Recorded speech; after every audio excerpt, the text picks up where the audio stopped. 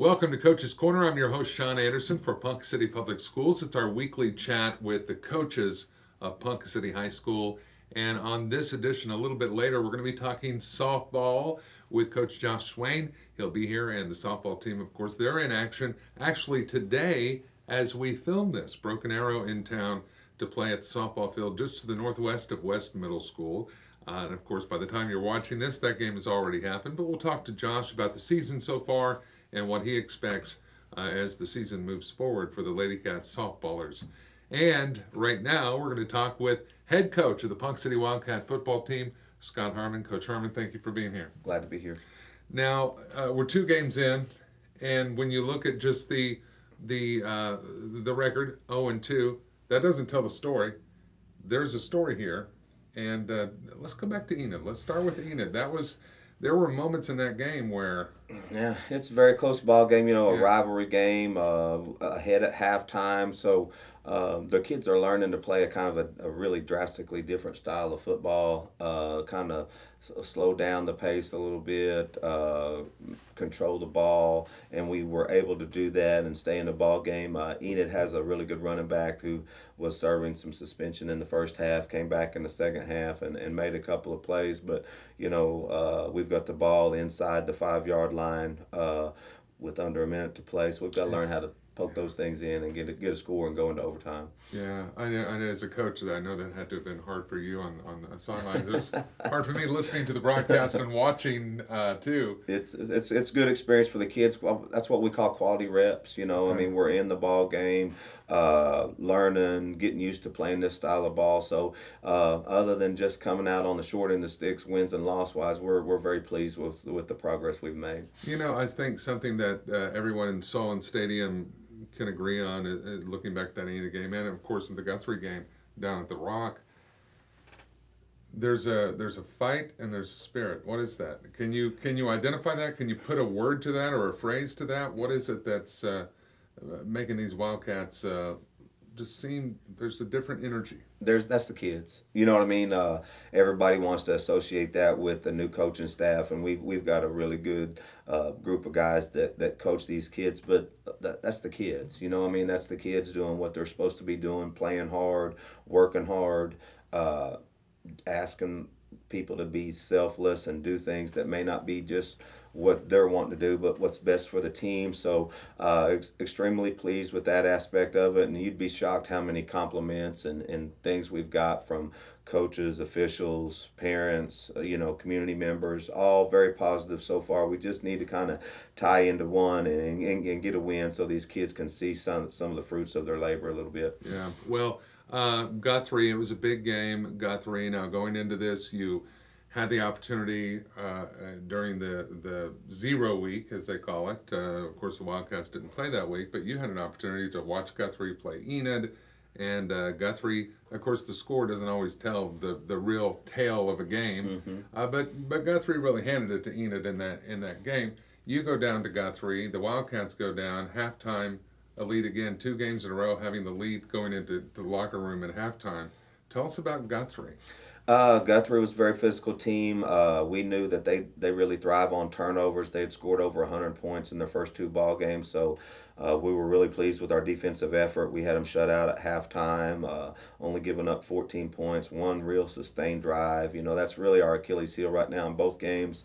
When we come back out the second half, we've given up first drive touchdowns, and we've kind of figure out a way to maybe change some things up or get our kids going a little bit earlier so they don't give up that drive, because right now, other than a couple of big plays, our defense has really been playing well. Right.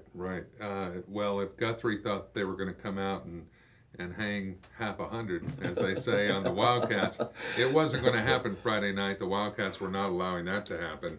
And you got to be proud of your kids. Some individual performances.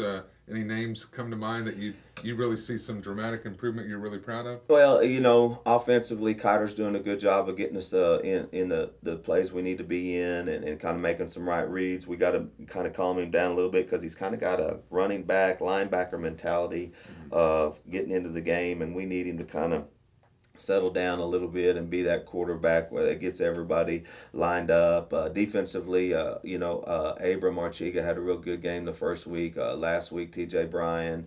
Our secondary is, as a unit, is really stepped up and just forcing those guys to be really accurate, or they're not completing those balls on the secondary. So very pleased with those things. Dylan Foss is running the ball really well. So it's just kind of a process. The kids are seeing it, I believe. And so if they'll just keep buying into it, keep working at it, things will come. Yeah, absolutely. Collinsville coming to town. I do want to tell you, and this is a little PSA for the Ponca City Takedown Club. They're going to have their loaded baked potato dinner come Friday night. And they're going to load those potatoes up. They're going to be in the Pohai Commons from 4:30 to 6:30 before the Collinsville games. So hope you get a chance to stop by. Either $10 for a ticket, includes your dessert, your drink. You can buy those from any wrestling parent, and that money goes to help the wrestling team and the junior high wrestling team and expenses throughout their upcoming season. Then Friday night, Solon Stadium. Big crowd expected. Certainly hope so. Hope to see you there. For Collinsville coming to town, tell us about Collinsville. What do you know about them? I know a lot about Collinsville. Of course, we come from Hominy. Collinsville's just 35, 40 minutes away. Really good friends with their head coach, Kevin Jones. We're almost identical offensively. They've got a really big tight end / H-back that's already committed to, I think it's going to OSU. Wow. And he's a coach's son. It's a big, nice looking kid. So we're got a work cut out for us. They're probably the most physical team we've seen play, but they're probably we see it a lot in ourselves because we mirror each other offensively. Defensively, they chase the ball really well, so we're going to have to kind of eliminate turnovers and try to possess the ball a little bit. And then when we get down in scoring position, we've got to capitalize on that with touchdowns, and then do a good job with the turnovers. Last week had a couple too many turnovers in the wet, kind of the nasty weather. That's to be expected, but the first week 0 turnovers, and you could tell the difference. We got to win the turnover battle, and we got to eliminate silly penalties that put us in long yardage situations. What kind of strategy do you implement as a coach when you're going up against a team that has an athlete who next year could potentially be on the field for a Division I college team? What kind of strategy? What can you do as far as matchups, and how do you coach that? Well, we look at what they do well and try to take that away.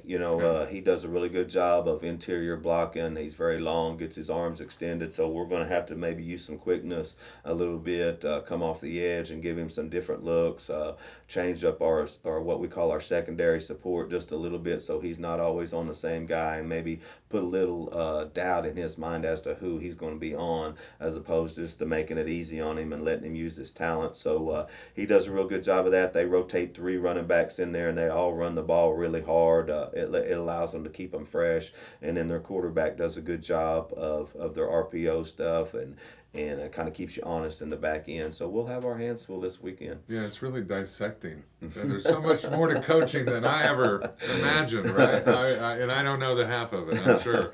But it's a lot of dissecting and finding solutions rather than yielding at obstacles. Well, and our coaches do a really good job of breaking down film and looking at things that we want to take away, things that we want to try to attack, that we say maybe some weaknesses on their area, in areas of their defense and offensively. So it's just a week-to-week basis and kind of a film study deal, and really pleased right now with our staff and how they're responding to some tough weeks.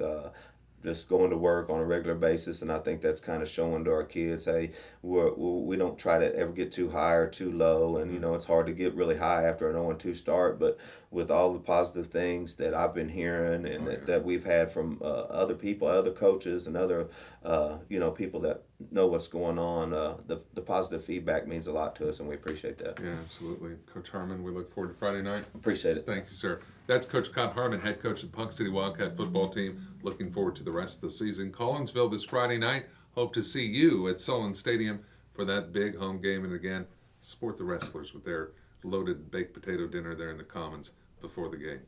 All right, coming up, Josh Swain, head coach of the Ponca City Lady Cat softball team, will be right here on Coach's Corner.